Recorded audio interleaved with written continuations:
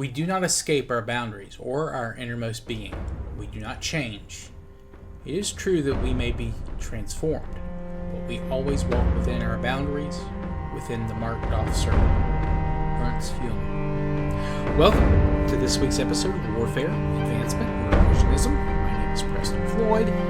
As always, I'm your host. I'd like to thank everyone for joining me this week. I appreciate the support. If you're a newcomer, welcome in. If you're a returning listener, thank you all. As always, I really appreciate the support. So first things first, I do want to go ahead and issue kind of a big correction to last week's episode. And as you'll see, that's kind of going to change the order that we're going to be covering things. I mistyped some information in my notes and copied some of my notes to put in a different section, and I put it in the wrong section, and it messed me up. So I didn't even realize what I had said until as I was listening back and adding pictures to the YouTube video. And as I heard this, what I just said, I was like, wait, that's missing some very important context and additional information.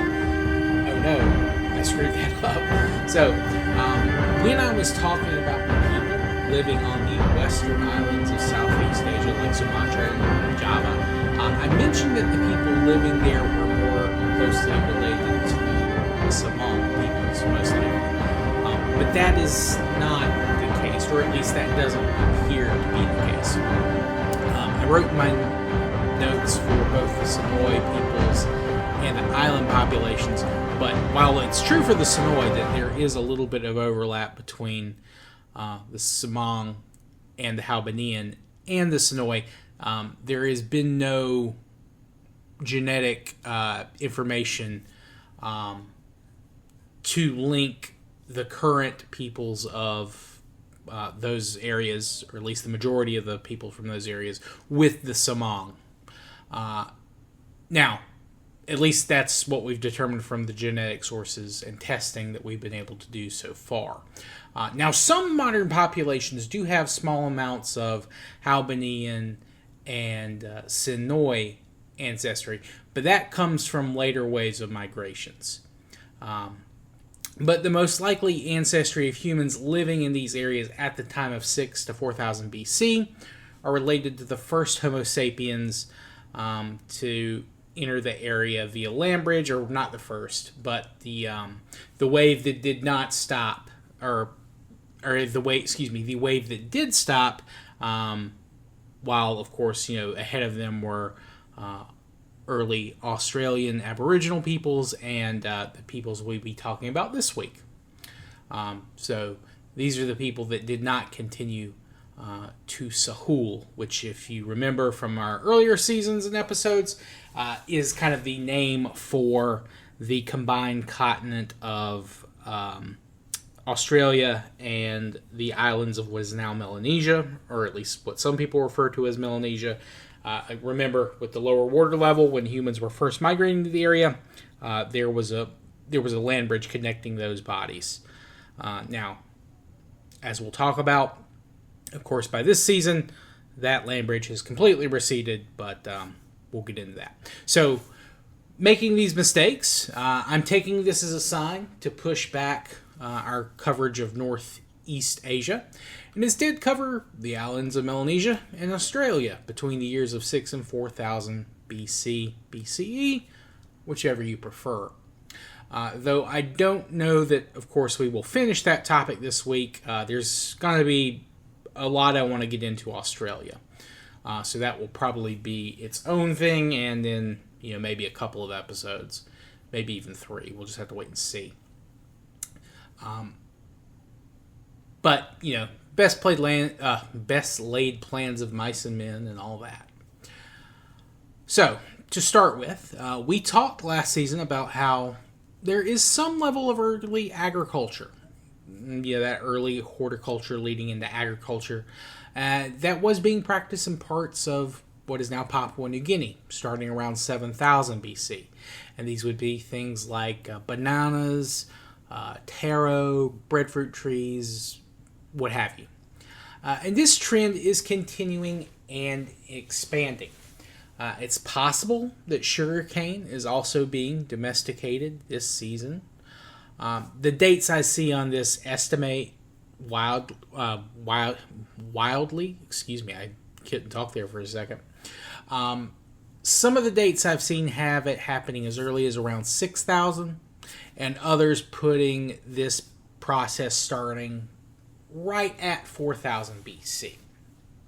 Though, from what I understand, and I could be misreading the kind of the science of this because genetics is not my strong suit, there's not too much to differentiate wild sugarcane from domesticated strains. Obviously, wild strains tend to be larger, but this is something that, isn't universally true. And, in some places, even domesticated strains don't necessarily get that large. So, just make of this what you will. It's hard to tell for sure. Some of the newer literature I've read pushes it to an earlier date. I haven't included sugar domestication in the domestication episodes because the dates vary so wildly, but it does look like that the earlier date is becoming more widely accepted. So I'll include sugarcane when we get to the domestication episodes for next season. Now, there is also evidence of parts of Papua New Guinea and some of the neighboring islands seeing humans introduce, or in some cases reintroduce, trees to areas that were deforested, either by themselves or through natural disasters like fires, things like that. And these trees were not just used for food, at least not primarily, but for making sure that wood was always plentiful. So they're practicing some level of forestry, or silviculture is one of the terms I think you can use for that. Now, despite these agricultural and horticultural advancements, there is still plenty of hunting and gathering and fishing taking place. In fact, due to the rising sea levels reaching close to modern heights, fishing and sea animals are becoming much more important, and not just when it comes to food production, at least to people's living along the coast.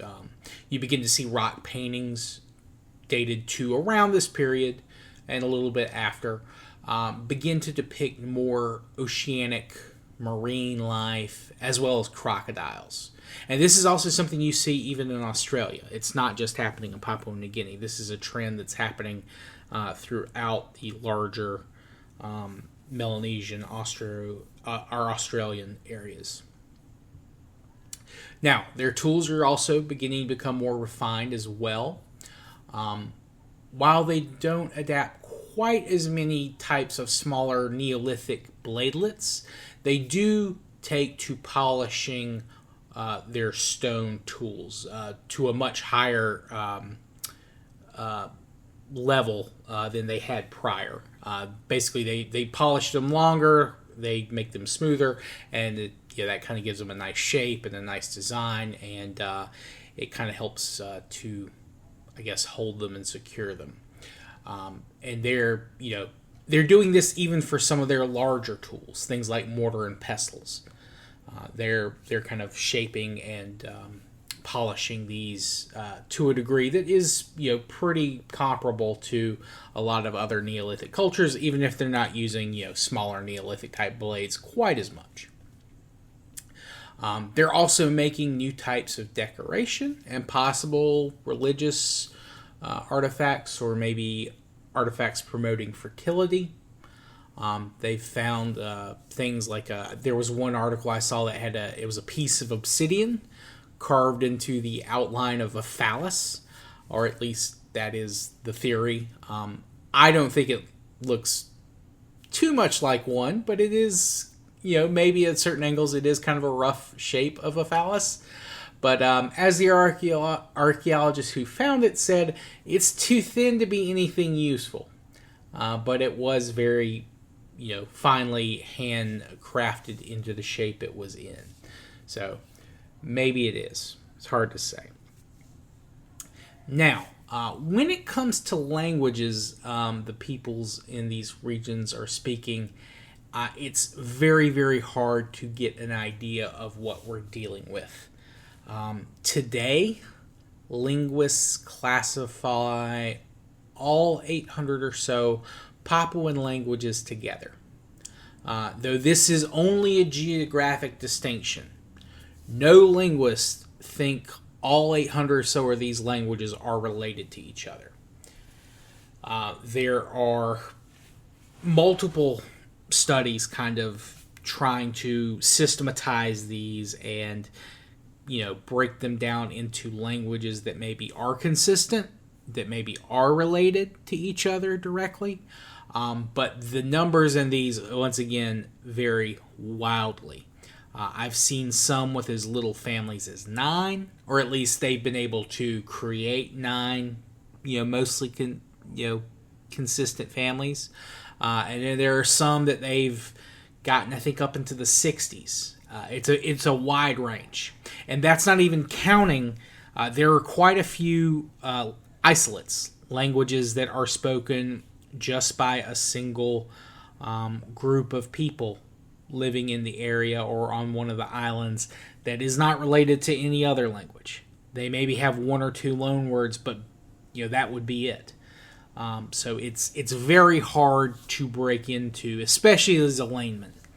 I've studied a little bit of linguistic stuff, prior to starting the show and doing the show, but it's very hard to really dive into because there is so much, not necessarily disagreement, because some of these theories don't necessarily disagree with each other. They've just focused on other languages more than others. So I would say these, I'm trying to think of the best word for this, variants in organization and classification. Just to try to help move the show along and, for future episodes, I kind of had to pick just kind of one current organizational chart kind of to help me visualize and keep track of this. So I've decided to go with the Glottolog, which is like an online linguistics site, and they keep track of a lot of stuff. And they did a really big update around, I think it was 2018, 2019, somewhere in there. And there have been more recent ones. I think one came out in last year. And some of that guy's work has actually showed up in the Glottolog thing. So,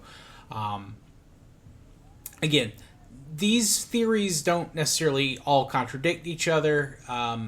But this is an area with, due to the environment and the political situation in the area and just the massive number of languages, it's really hard to get a lot of study done and characterization.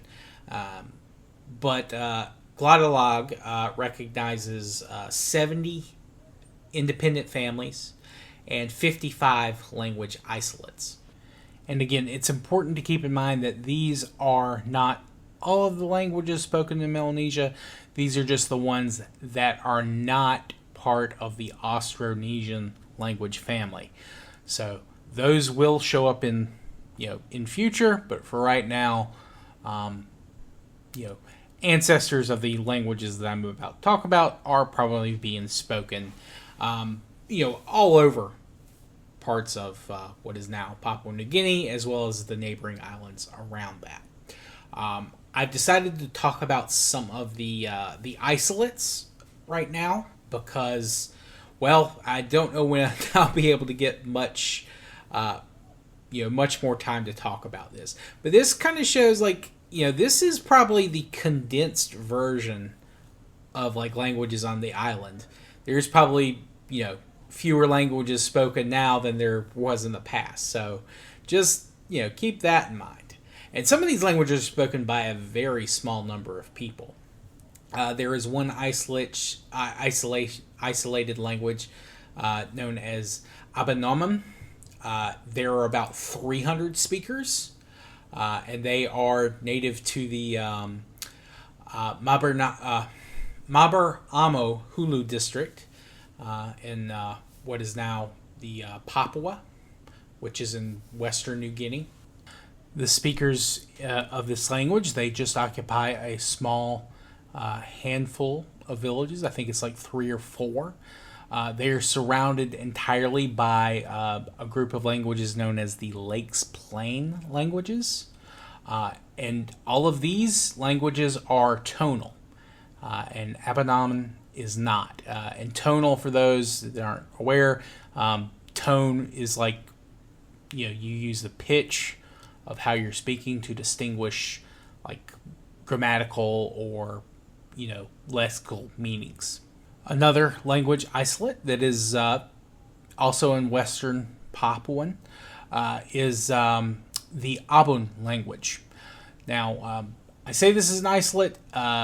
It's spoken by about 3,000 people. There are some people who think it's West Papuan, but that was, again, that's just one group's interpretation. Others do list it as an isolate, and again, Glottolog does list it as an isolate. Though they do have some borrowed words from other languages. They have adopted some of the maritime languages from Biak, which is a Austronesian language. So you can guess, okay, so these people kind of live not too far from the coast on what is the bird's head of Papua New Guinea. If you look at a map, it's that little kind of beak poking out of the western edge of Papua New Guinea. They're kind of on the northern central part of that little formation. So these people gained a lot of their words for boats and things like that from interactions, most likely, with Austronesians speaking the Biak languages, or at least the ancestors of modern Biak languages. They do have a few more speakers than Abanaman. They have around 3,000 or so, at least from the most recent reports of that. But even that report is around, at this point, almost 30 years old, I believe. But they're spread along around 20 villages as opposed to 3 or 4. Another language, and let's find one on the eastern side of Papua. So you do have the Wiru or Witu language. This is spoken by around 15,000, give or take a couple hundred individuals. And this is one of those ones that there's a little bit of a disagreement about. Some people classify this with Tiberan, or put it in the Tiberan Papuan language family, though that is not universally accepted. They do have some overlap in some, in some vocabulary, as well as, I guess, kind of their sentence structure. But this isn't one that they necessarily can be completely tied together. At least no one's been able to yet. They did have a translation of a Bible into the Wiru language. This was done by Harland Kerr. He was a missionary. He lived with the Wiru for many, many, many years. And he produced a Wiru Bible translation. And he also did several dictionary, kind of like pseudo little dictionaries to kind of help with the translation. And he did his master's thesis on their language as well, or at least parts of their language. And their population apparently has been fairly stable. They were reported to have around 15,000 speakers in the 60s, then again in the 80s. And since then, I haven't seen any updates on their population, but they seem to be, at least stable in terms of speakers. And they're in the kind of the Southern Highlands, which is on the eastern. It's the Southern Highlands province, but it's on the eastern half of the island of Papua New Guinea. Another very small language isolate is Kapori, that has around 200 speakers as of 2006. And it's just spoken on a couple villages along the north bank of the Edinburgh River. Aside from the very small number of speakers, they do have some, loan words from some other languages. They adopted the word taro to just mean eat. So the plant or the crop taro, which is very important on the island, and as well as many other kind of tropical jungle areas, became their word for eat. Their word for one is kakua. The word for hair is su, and the word for leg is tai. Dog is unu, bird is irini, and blood is kumu. This is kind of in contrast to purari, also known as the Mao, though that is considered somewhat of a pejorative these days, so they prefer the term purari. It's spoken by about 7,000 individuals as of 2011. They've even had some scripture translated, much like Wiru, compared to say some of the vocab for kapori. Excuse me. So their word for eat is navai. The word for hair is kimari. Blood is aro. Leg is ari. Then you have one is manao or mano. I'm not quite sure how to pronounce that. So, these are just examples of a few of the language isolates on the island. And again, some of them may or may not be isolates. Some of them may be related to some other languages.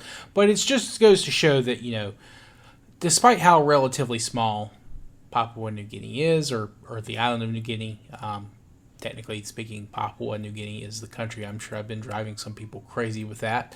But regardless, these are just handfuls of examples of quite a few, languages that have their roots on the island without any necessarily too much of an impact from outside languages. And so I think this is something that, shows how, despite how relatively small the island may be, in terms of, landmass, it's still, large enough to support quite a diverse amount of languages and peoples, even, on the islands itself or themselves. And, the vocabulary is different, despite there being a lot of overlap in terms of food. But you got to remember, there's also differences in environment. You have peoples that are living, along the same rivers that they've lived, for thousands of years. You've got people up in the highlands. You've got people along the coasts. So it's not just their food. It's not just the weather or the temperature. They are also dealing with, very unique ecosystems in the islands themselves, that despite, all being on the same island, they're all, fairly different. And it also shows that, there is a big kind of overlap between, or I guess lack of an overlap between a lot of intermarriages between some of these groups. They all tend to be fairly insular, at least compared to some other places where you see a lot more of borrowing between languages. But again, that's not universal, but it is something, that if the number of isolates holds true, is something that you don't see too many other places. Look at somewhere in Europe, for instance. There's very few language isolates. There's only a couple. Or say, places in East Asia, for example. There are,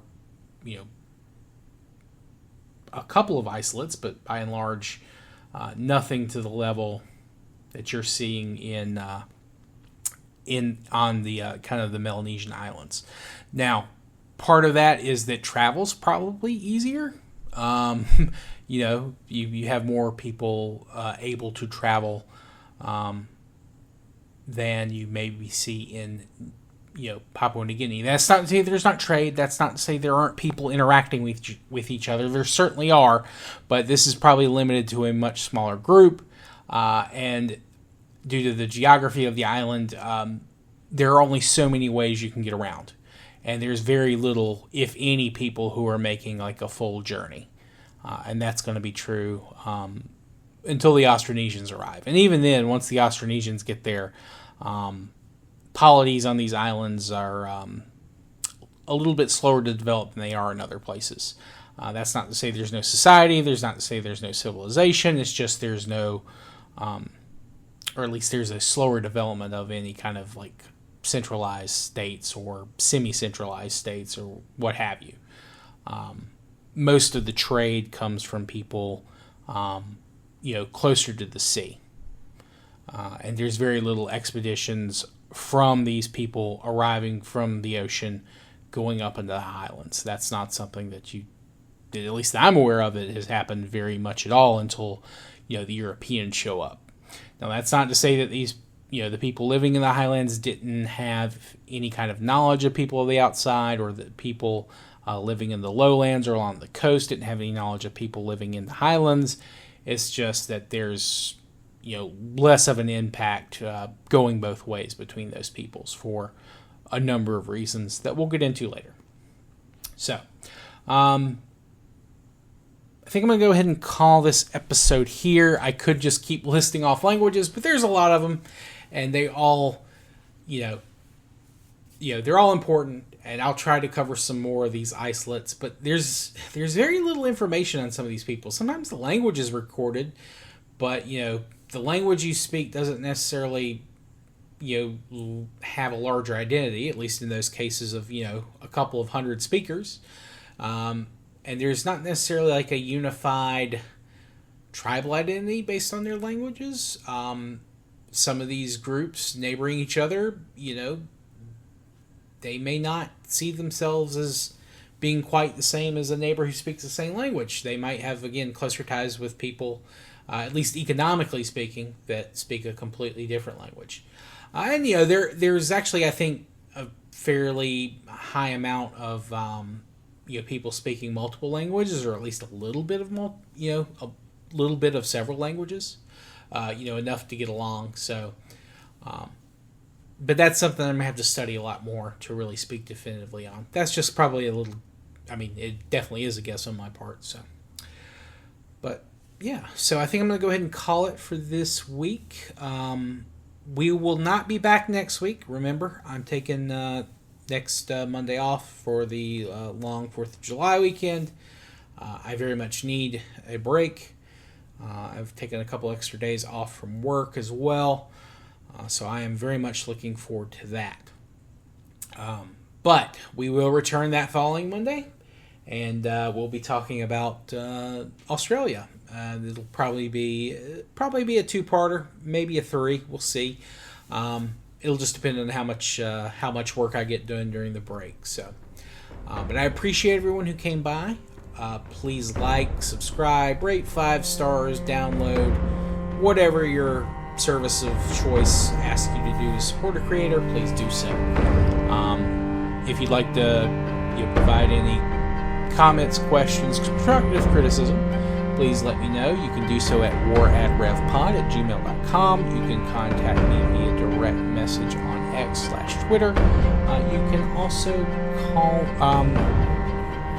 comment on any of my YouTube videos. I do read those. It may take a day or two for me to see them, but I do try and respond regularly. And I also stream on YouTube and Twitch. As I said, I've been monetized on Twitch. If you subscribe on YouTube, I'm not monetized there yet, hopefully.